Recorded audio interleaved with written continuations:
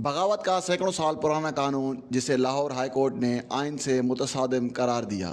वकार मुस्तफ़ा अपने कालम में लिखते हैं, 22 साला ओशा मेहता पुलिस की पहली दस्तक के बाद उस जगह पर आखिरी दरवाज़ा टूटने तक एक के अलावा अपने उन तमाम साथियों को भगा चुकी थी जो हिंदुस्तान की बरतानवी हुकूमत से आज़ादी के पैगामात नशर करते ज़ेर ज़मीन रेडियो चलाने में उनके मददगार थे। ट्रांसमिशन का बंदोबस्त करने के बाद विल्सन कॉलेज बम्बई में सियासियात की तालिबा ओशा मेहता ने खुफिया रेडियो की बराह रास्त नशरियात 14 अगस्त 1942 को यह कहते हुए शुरू की थी, यह कांग्रेस रेडियो है जो हिंदुस्तान में कहीं से आपसे मुखातिब है। रेडियो से खबरें, हुब्बुल वतनी पर मुबनी तकारीर और अपीलें पेश होती।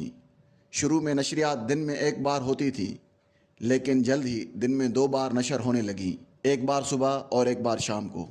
यही रेडियो लोगों को बताता कि क्या हो रहा है और इन मौज़ूआत के हवाले से खबरें देता जिन्हें अखबारात छूने की हिम्मत भी न करते। चुनांचे पुलिस उनके पीछे लगी होती थी, इसलिए ओशा और उनके साथी जगह तब्दील करते रहते। फिर रिकॉर्डिंग स्टेशन और ब्रॉडकास्टिंग स्टेशन अलग अलग जगहों पर बना लिया गया।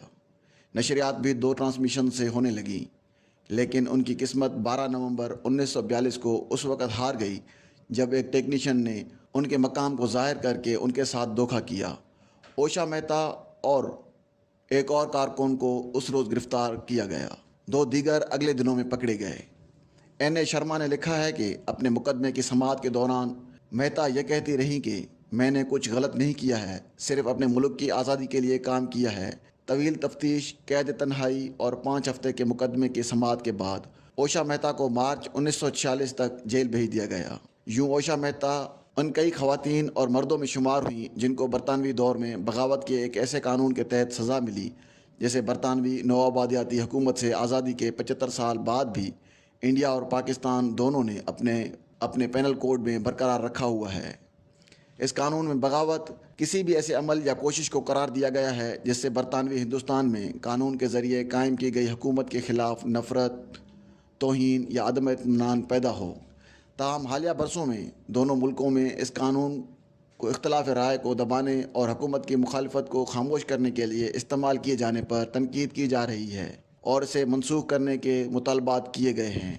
11 मई 2022 को सुप्रीम कोर्ट ऑफ इंडिया ने नौआबादियाती दौर के इस कानून को मुअत्तल कर दिया था और पाकिस्तान में कल लाहौर हाई कोर्ट के जज शाहिद करीम ने बगावत के इस कानून यानी पेनल कोड के सेक्शन 124A को आइन से मुतसादिम करार दे दिया है। ताहम ये कानून दोनों मुल्कों के ताज़ीरात में अभी भी मौजूद है। बगावत का कानून सबसे पहले 1837 में थॉमस बेगमिंगटन मैकाली के ड्राफ्ट इंडियन पेनल कोड की शिक 113 में मुतारिफ करवाया गया था। ताहम जब 1860 में 20 साल के ताख़ीर के बाद बिलाखिर ये कोड नाफिज किया गया तो बगावत से मुतल्लिक सेक्शन पुरस्कार तौर पर इसमें शामिल नहीं था। बगावत के कानून को मुतारिफ कराने की ज़रूरत को सबसे पहले अंग्रेज़ों ने 1857 की बगावत के बाद तस्लीम किया और 1870 तक अंग्रेज़ों के ख़िलाफ़ बगावत के वाक़यात के साथ मुसलमानों के एक फ़िरके वहाबियों की तबलीग समेत दीगर सरगर्मियाँ जिन्हें अंग्रेज़ों ने अपने मुखालिफ समझा में भी इजाफ़ा हो गया। यूँ 25 नवंबर 1970 को इंडियन पेनल कोड के दफ़ा 124A के तहत गद्दारी का मामला शामिल किया गया। बरतानवी नौआबादियाती एहलकार सर जेम्स स्टेफन का 1877 में दिया गया ये बयान ज़ाहिर करता है कि बगावत के कानून का मकसद हुकूमत की जानिब से अदम इत्मीनान के इजहार को दबाना है। सन 1898 में इस कानून में तरमीम की गई जिसके तहत कायम हुकूमत की जानिब से नफ़रत या हकारत, अदम इत्मीनान के अलावा पैदा करने कोशिश को काबिल सज़ा बना दिया गया। तब से बड़े हद तक इस कानून की यही शक्ल बरकरार है। 19वीं और 20वीं सदी के अवाइल में ये कानून बुनियादी तौर पर बरतानवी राज से आज़ादी के ख्वाह हिंदुस्तानी सियासी रहनुमाओं के ख़िलाफ़ इस्तेमाल किया गया। जिन लोगों पर कानून के तहत इल्ज़ाम लगाया गया और जिन्हें सज़ाएँ दी गई उनमें बाल गंगाधर तिलक, एनी बेसेंट, महात्मा गांधी, मौलाना अबुल कलाम आज़ाद, जवाहरलाल नेहरू और कई दूसरे कौम परस्त शामिल हैं। कौम परस्त और तहरीक आज़ादी में एक अहम कारकुन बाल गंगाधर तिलक पर 2 बार गद्दारी का इल्ज़ाम लगाया गया।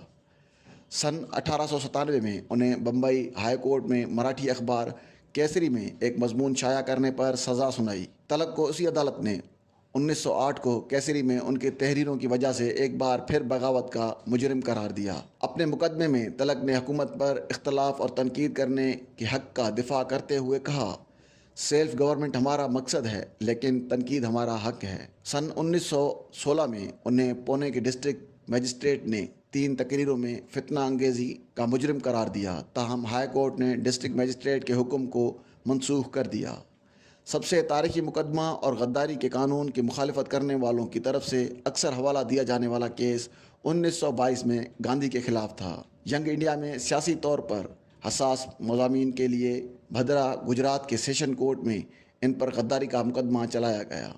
اپنا جرم قبول کرتے ہوئے گاندھی نے کہا کہ یہ قانون شہری کی آزادی کو دبانے کے لیے بنایا گیا ہے، محبت قانون کے ذریعے پیدا نہیں کی جا سکتی۔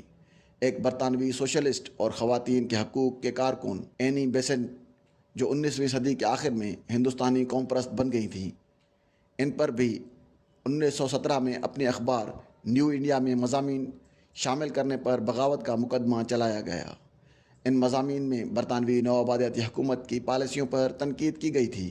ایچ ایس لینگ نے اینی بیسنٹ کے سماع عمری میں لکھا ہے کہ 1917 میں اپنے مقدمے کے سماعت کے دوران بیسنٹ نے اپنے دفاع میں ہندوستان کے ساتھ اپنی وفاداری کا اعلان کرتے ہوئے ایک پرجوش تقریر کی۔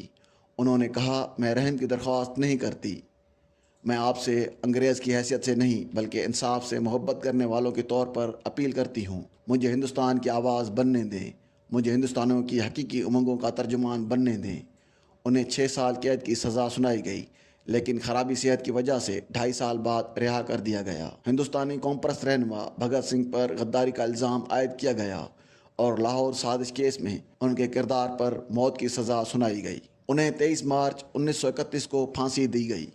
ایک بنگالی انقلابی متنگی ہزرا پر 1932 میں نمک ستیا گرہ تحریک کے دوران بغیر اجازت ایک احتجاج کی قیادت کرنے پر بغاوت کا الزام لگایا گیا۔ انہیں 1 سال قید اور جرمانے کی سزا سنائی گئی۔ سن 1942 کے بعد انہوں نے ہندوستان چھوڑو تحریک میں حصہ لیا اور ایک احتجاج کی قیادت کرتے ہوئے پولیس نے انہیں گولی مار کر ہلاک کر دیا۔ اروشی بٹالیا لکھتی ہیں کہ اپنے ایک مقدمے کے سماعت کے دوران ارونا آصف علی نے مبینہ طور پر ایک جرأت مندانہ بیان دیتے ہوئے اعلان کیا کہ میں باغی ہوں اور جب تک میرا ملک آزاد نہیں ہو جاتا میں باغی رہوں گی، لیکن میں غدار نہیں ہوں، میری انگریزوں سے کوئی وفاداری نہیں ہے۔